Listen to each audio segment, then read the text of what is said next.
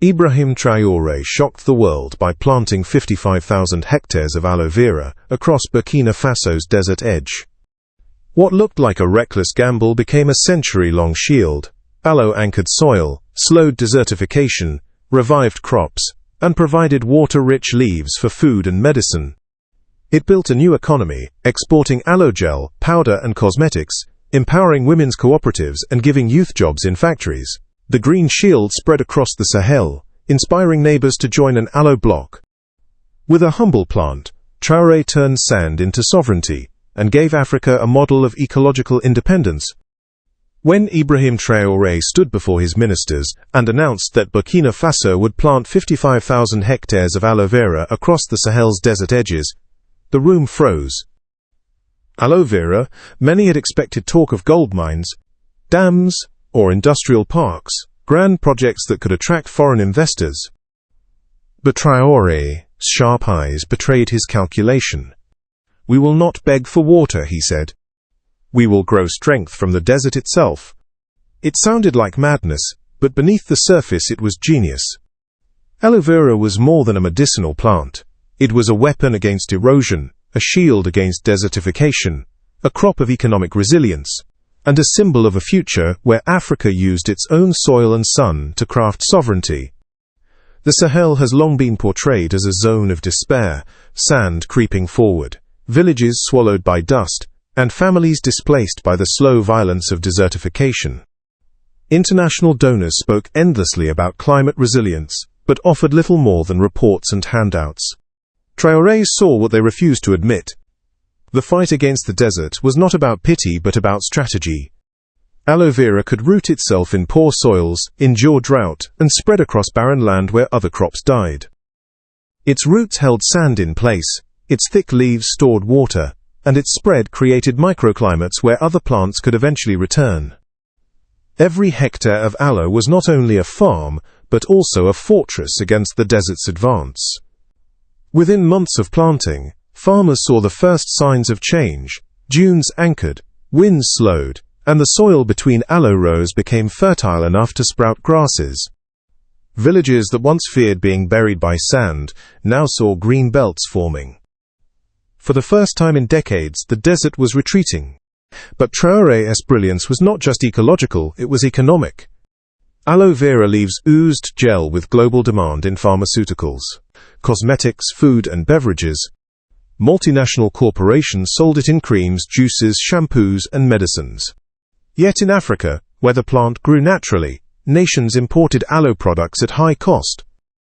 Traoré's plan flipped this absurdity. Burkina Faso would not just grow aloe, it would own the aloe economy, producing raw gel, dried powder, cosmetics, and even bottled drinks. Cooperatives sprang up near the plantations, processing aloe into creams for local markets and export. Women's groups who once collected firewood now packaged aloe soaps and lotions, earning incomes that empowered entire households. Youth learned to distill aloe extracts into natural fertilizers and animal supplements. A plant once ignored became a pillar of the economy. Aloe also brought resilience that stretched far beyond cosmetics. Its leaves stored water that could be tapped in emergencies, providing hydration in arid zones. The gel, with natural healing properties, reduced dependence on imported medicines for burns, wounds, and skin diseases. Farmers discovered that aloe intercropped with cereals not only protected the soil but also improved harvests by shielding fragile shoots from wind. Livestock herders fed surplus aloe to goats and sheep as a supplement, finding it boosted immunity and reduced disease. What seemed like a single crop was in fact an entire survival system. Traoré seized this symbolism with political mastery. He appeared on national television, holding a thick aloe leaf, slicing it open, and letting the clear gel drip into his palm. "This plant heals skin," he declared, "but it also heals land, and it will heal our nation's economy." His words carried weight, not because they were poetic, but because they were real.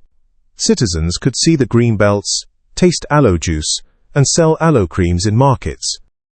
Unlike empty promises of foreign aid, aloe vera was tangible sovereignty, sprouting in the sand. International observers at first mocked the idea. What could aloe vera possibly do for a country ranked among the world's poorest? Yet when export figures rose, and Burkinabe cosmetics appeared in regional stores, the laughter quieted. European buyers noticed the quality of Sahel-grown aloe, rich in nutrients thanks to its harsh climate, and demand began to rise. Gulf states placed orders for aloe juice, marketed as desert strength. Burkina Faso, once seen as a beggar, was suddenly a supplier. Donors who had written off the Sahel now scrambled to attach their names to green desert projects. But Traoré ensured that ownership stayed African. He refused contracts that demanded foreign control, insisting on cooperatives and local processing. Every hectare of aloe became a political statement. Africa does not just export raw material, it transforms it. And while the world calculated profits, Traoré calculated time. Aloe vera plantations, once established, could last for decades with minimal water and care. Where foreign-funded projects collapsed when money dried up, aloe kept growing, storing resilience year after year. In his speeches, Traoré framed it as a 100-year investment, a living inheritance for generations. Children who planted aloe today, he said, would see their grandchildren harvest it. That long vision gave citizens hope, not just for survival but for permanence. And beneath it all, his political cunning shone. By choosing aloe vera, he selected a crop too humble for foreign powers to monopolize, yet too strategic to ignore once it scaled.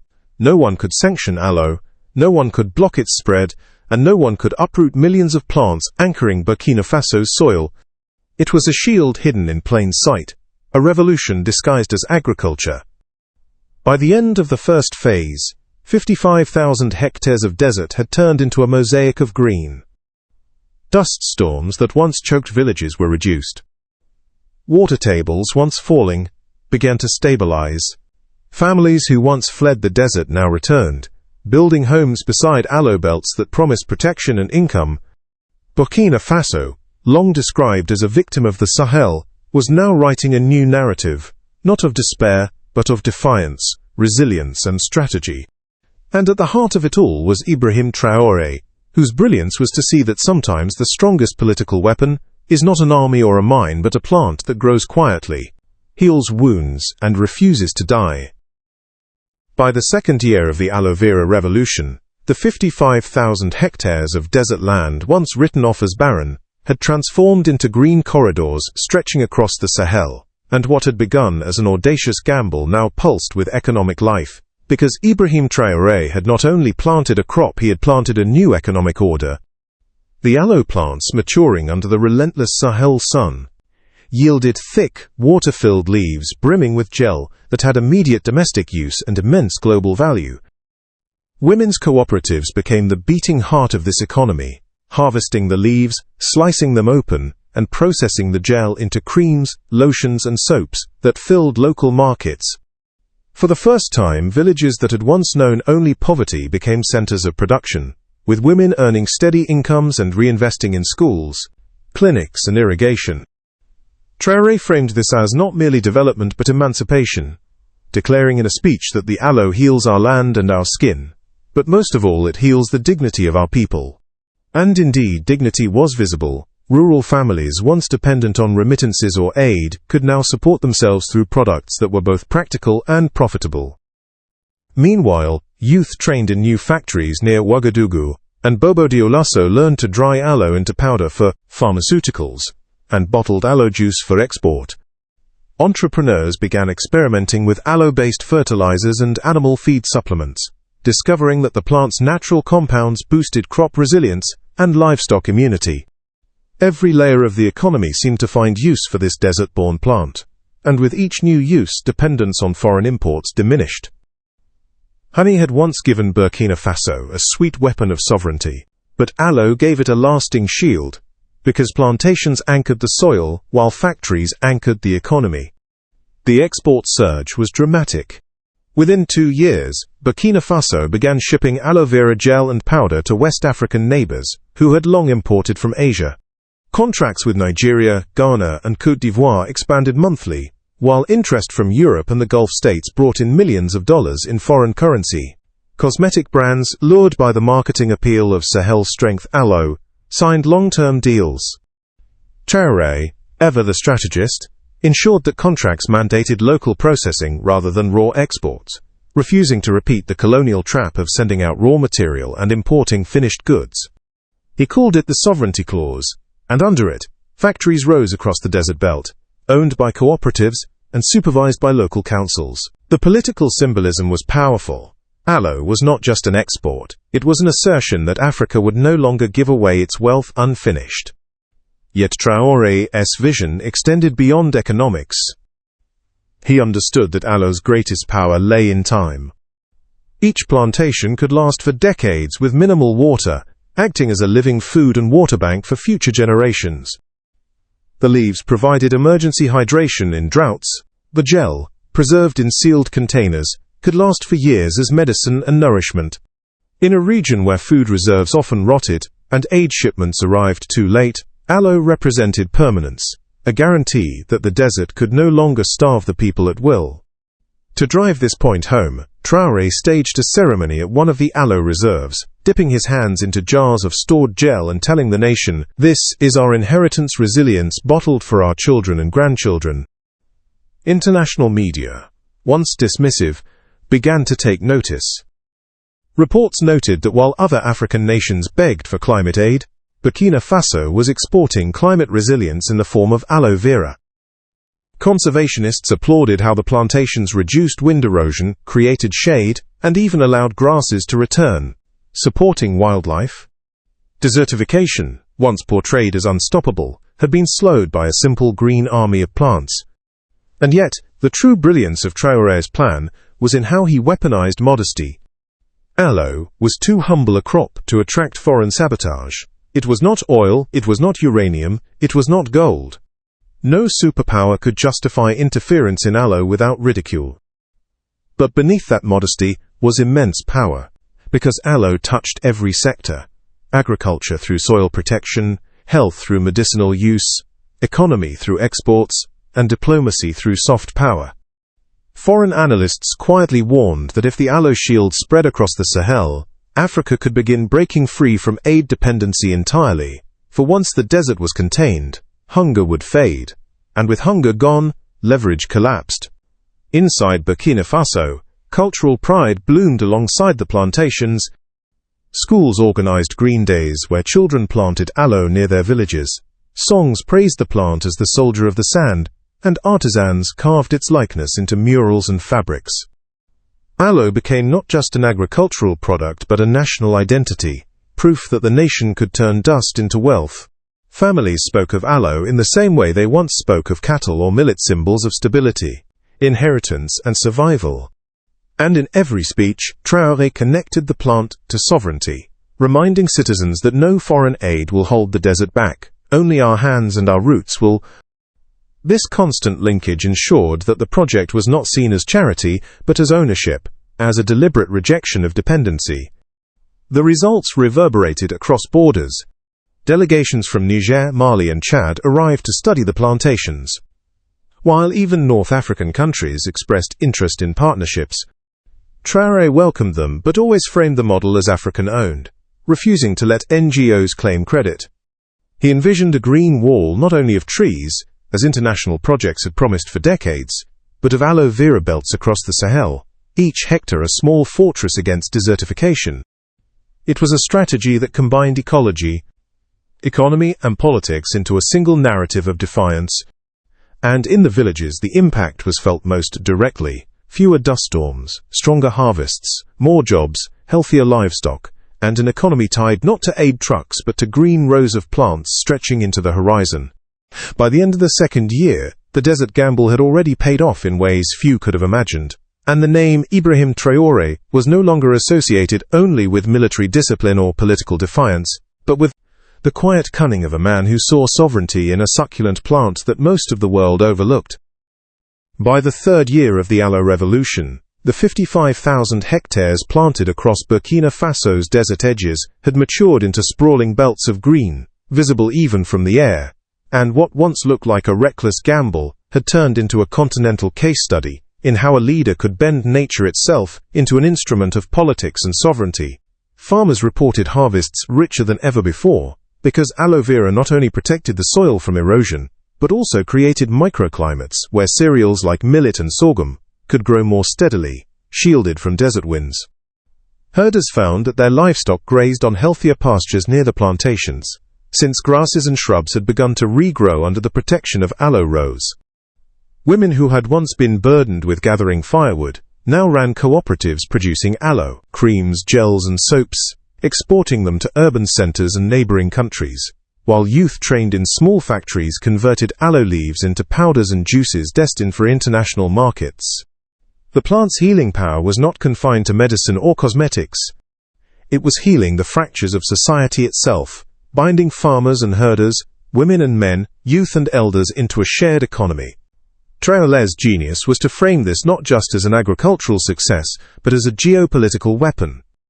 He called aloe the green shield of the Sahel, a phrase that spread across the region as Mali, Niger and Chad began sending delegations to learn from the model. Soon the idea of an aloe belt running alongside the long-promised Great Green Wall took shape. But unlike the donor-driven projects of the past, this one was rooted in African ownership, financed by cooperatives, and guided by Burkinabe expertise. Traoré understood that by exporting the model, he was also exporting influence, turning Burkina Faso from a small, landlocked country into the teacher of resilience for the entire Sahel. And with every hectare of aloe planted beyond its borders, Burkina Faso's political capital grew. At home, the benefits multiplied in unexpected ways. Dust storms that once choked Ouagadougou during the dry season weakened as aloe plantations anchored the soil. Wells that had dried up began to refill slowly as the plants retained moisture and reduced evaporation. Families that had migrated to cities returned to villages because the desert no longer advanced against their homes. The rural exodus slowed, and for the first time in decades, people felt that staying on the land was safer than leaving it. This reversal of migration carried enormous political weight, because it stabilized the countryside and undermined insurgent recruitment, which had thrived on despair and displacement. Traoré did not need to wage endless wars against rebels. He simply starved them of recruits by giving families food, income and stability through aloe. On the international stage, the economic ripple effects began to alarm foreign observers. Aloe Vera from Burkina Faso, marketed as desert-forged strength, gained a reputation in Gulf states, Asia and even Europe for its high nutrient density and purity. Exports rose sharply, bringing in foreign currency and strengthening the national budget without loans. More importantly, Burkina Faso refused to ship raw leaves. Instead, it exported finished gels, creams and powders, insisting that value addition remain in Africa. This defiance of the old extractive model made Western corporations nervous, because they could not easily dominate a crop spread across cooperatives and small factories. Aid agencies too lost leverage, as Burkina Faso declined offers of support that would have entailed foreign oversight. Instead, Traoré invited African nations to co-invest, building an intra-African aloe economy that bypassed former colonial markets.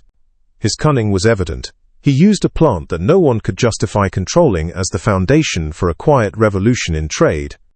Inside Burkina Faso, aloe also became a cultural anchor. Schools held annual aloe days where children planted rows around their villages, reinforcing the idea that sovereignty was not abstract, but something that grew in the soil.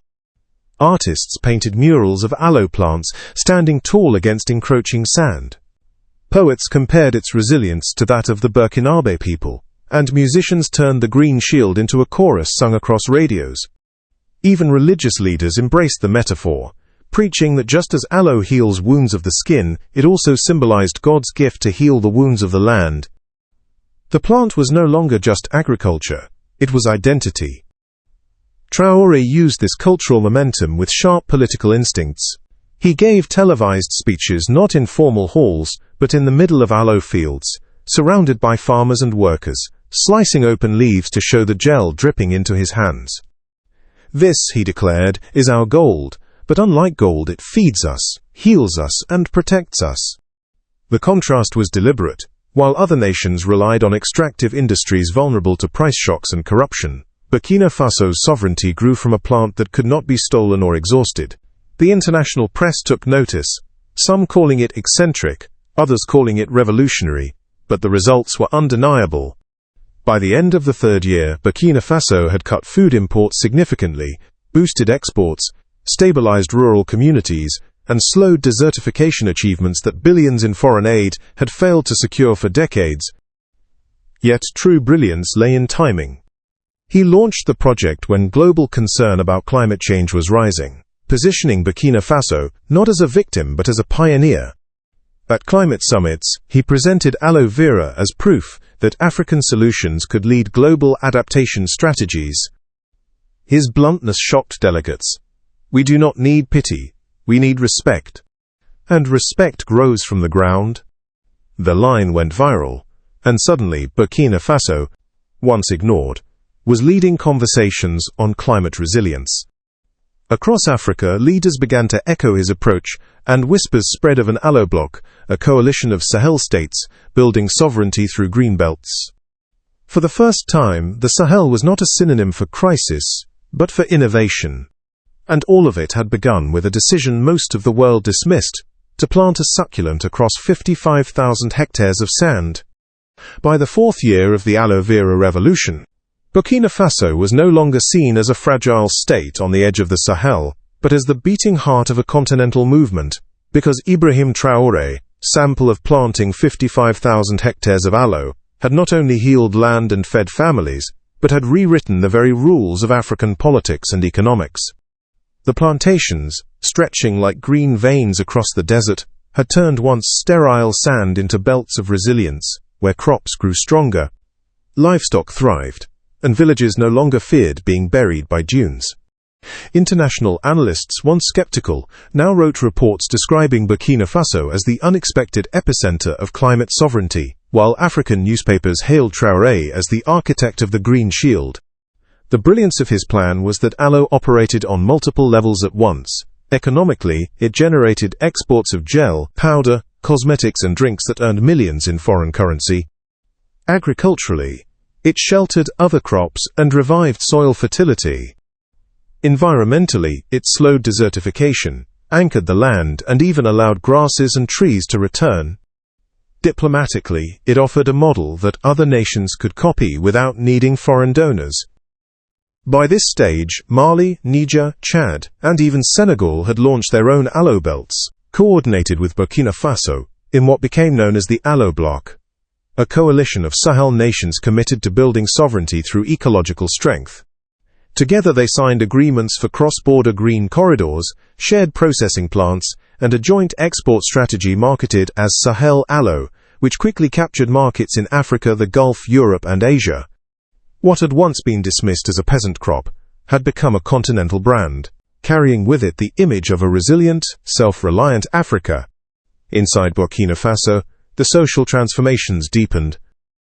Rural families who once survived at the edge of famine now lived with confidence, storing aloe products that could last for years and selling surpluses for steady income. Women's cooperatives had become the backbone of the economy, controlling processing, packaging, and trade, and their political influence grew as they reinvested profits into schools and health centers. Youth no longer fled to Europe in search of opportunity, but stayed to manage plantations, factories, and export hubs. Crime rates fell, insurgencies weakened, and migration slowed, because people finally saw a future in their own land. Traoré, always strategic, connected these outcomes to sovereignty in his speeches. When our people can feed themselves, when our women can lead businesses, when our youth can stay home with pride, then no foreign power can dictate our future. The crowds roared, because they knew it was true. They could see it in the aloe fields that stretched to the horizon. Internationally, the ripple effects were profound. At climate summits, Burkina Faso no longer appeared as a supplicant begging for aid, but as a pioneer offering solutions. Delegates from Europe and America, embarrassed by years of failed billion-dollar desert projects, listened as Traoré described how a modest crop had succeeded where their policies had failed. His words cut sharply. We did not wait for saviors. We planted sovereignty. The phrase echoed across Africa, turning into a rallying cry for leaders tired of dependency. Foreign corporations tried to penetrate the aloe market, offering investment contracts that demanded control, but Traoré rejected them, insisting that ownership remain in African hands. Instead, he fostered intra-African trade, linking Burkina Faso's aloe with Kenya's tea, Ghana's cocoa, and Nigeria's cassava, in bundled export deals that strengthened continental solidarity. The aloe plant itself became a metaphor for this politics: modest, enduring, multi-purpose, and impossible to uproot once it took hold. Even conservationists, once doubtful, began to praise the model, as aloe belts reduced dust storms, restored biodiversity, and provided shade that allowed other vegetation to flourish. The Sahel, once described as a death zone, was reborn as a living laboratory of resilience. And still, Traoré's genius lay in his ability to turn ecology into diplomacy. He began gifting jars of aloe gel to visiting leaders, framing them not as tokens but as symbols of independence, saying this is what it means to own your land. He built alliances not with promises of arms or money, but with plants that grew quietly in the sand. Even global powers found themselves unable to resist. Gulf states signed contracts to import aloe juice, European cosmetic brands licensed Burkina formulas, and Asian pharmaceutical firms sought long-term partnerships. Burkina Faso, once ignored, had become a node in global trade, and it had achieved this not through foreign aid but through photosynthesis. Domestically, aloe shaped culture itself. Schools organized national competitions for aloe-based innovations, inspiring students to create new products from gel-based drinks to biofuel experiments. Poets described aloe as the soldier of the desert, artists painted green belts on city walls, and musicians sang of how the leaf heals the wound, the land, and the nation. Religious leaders spoke of aloe as God's gift to the Sahel, a plant of endurance and faith. This cultural wave ensured that the plantations were not just projects but symbols etched into identity, impossible to erase.